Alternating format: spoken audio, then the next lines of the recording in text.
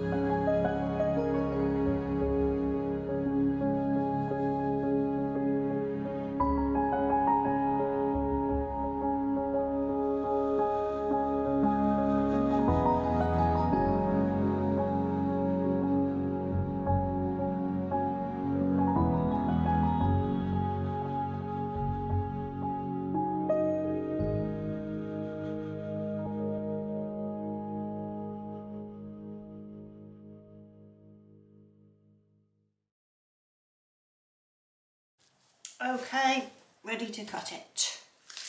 So, let's just get the big old chunk in there.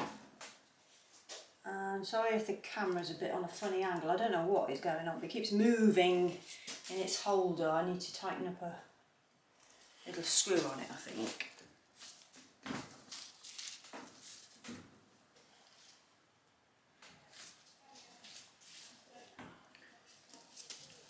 Okay.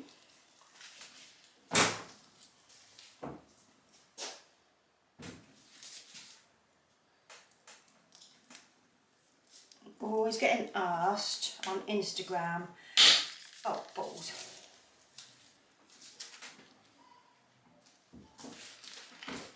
hang on, just broke a wire now again, we go and get another one. Oh. Okay, wire fixed. So what was I saying? Yes, some people always ask me on Instagram what size my mould is when I use the big slab mould, and it is 36 centimetres by 36 centimetres, and it holds about 10 kilos of finished soap. So yeah, that's it, about 10 kilograms. I get 52 bars out of that batch. So I'll normally, if I'm using that and I need to get stuff made and I need lots of restocks, and I'll do 2 batches of the same. Sometimes I'll only do 1, but most of the time I'll do 2. So there we go, that is Elijah's Comfort cut into loaves, and now I'll just cut one into bars on the tank and see what we get.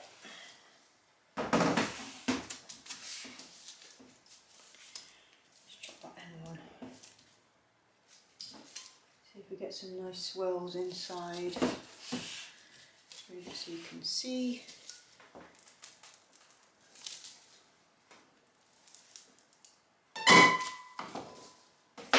So I did a 30% water discount yesterday on this batch, and I normally would do like a 40% water discount, sometimes a 50, but generally a 40%.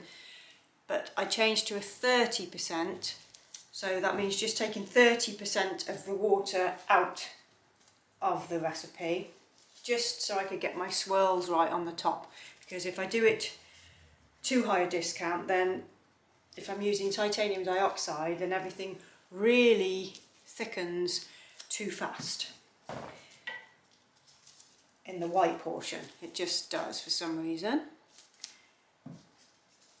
And this one does have a tendency to thicken up pretty quick sometimes, because it's got lots of, well, 2 of the essential oils are floral. So it's got ylang ylang and geranium in it. So the ylang ylang is the one that will cause me major issues if I soap at too hot a temperature, or if I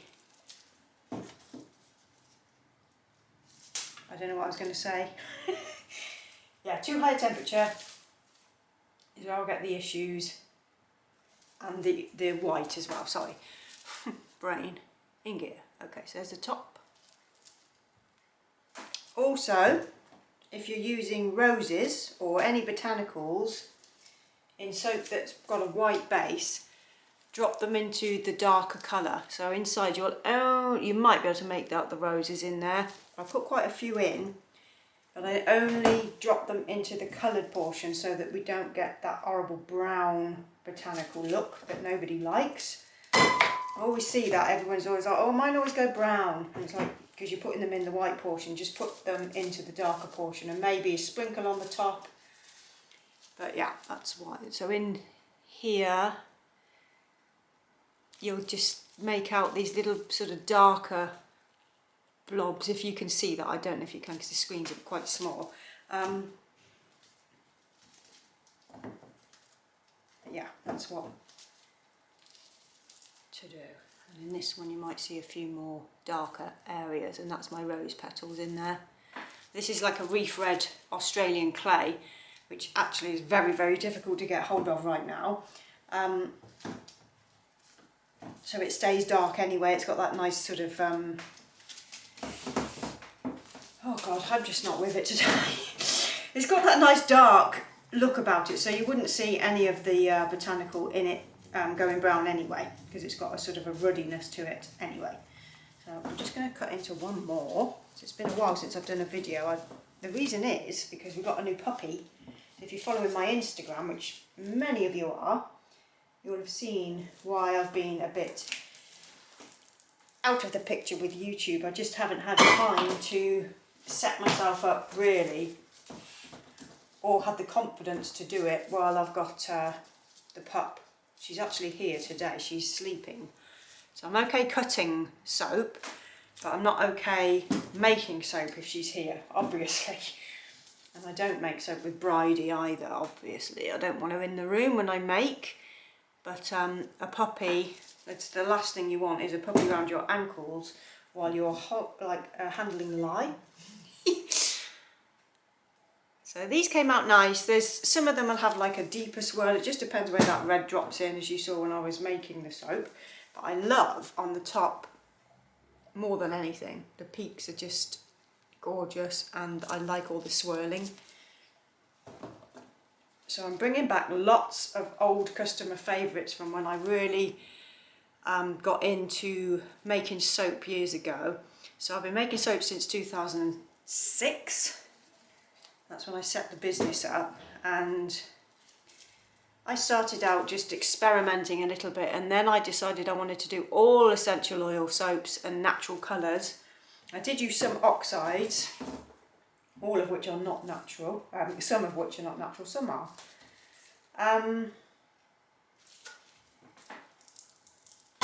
And then I changed and I started to use some fragrances as well, just because customer requests and things like that. So obviously you can't get all the scents in essential oils, but this is where I started. So I'm going back to my roots, and I'm making a lot of soaps that I used to years ago. So I'm going through a big list at the moment just to bring back a lot of my old favourites and old customer favourites, and it's been absolutely lovely to make them all again, because essential oils are a lot easier to work with than fragrance. So I've got a few more to go, so I'll try and film some more. Next week I can probably do some more while Matt has the dog. So we're taking it in turns to have Prudence the whippet at the moment. I'll get her so you can see her. Let me go and grab her. Let's take these gloves off a minute to show you the doggy. She's just moving, so I'll just get them off a minute. And I'll show you what she looks like. She's asleep. Can you show the people? Can you see the people? Good girl. Good girl. There you go. I'm just going to show you on the camera, okay? Her ear's inside out. Here she is. There's Prudence. You can come down a bit lower. There she is. Who's that? I'm all tired. She's a real horror.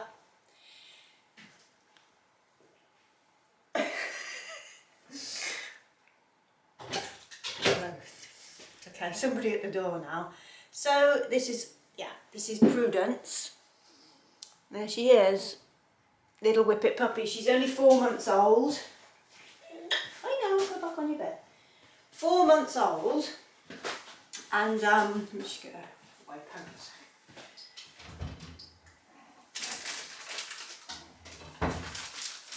She is very, very, very hard work, and whippet puppies just are. They have a tendency to be naughty and mischievous, and they get into everything. So actually having a life while they're growing up is they are your life and you are their life, and that's just the way it is. So they calm down at about a year old, and then sort of get into their own routine by about 2 years old. So they're really hard work. So that's where I've been, is dealing with the puppy and just posting as much as I can on Instagram with my phone, so you can just see some of the processes and cutting and that kind of thing. But yeah, that's where I've been. So I will be back as soon as I can to make some more videos. Ta-ta!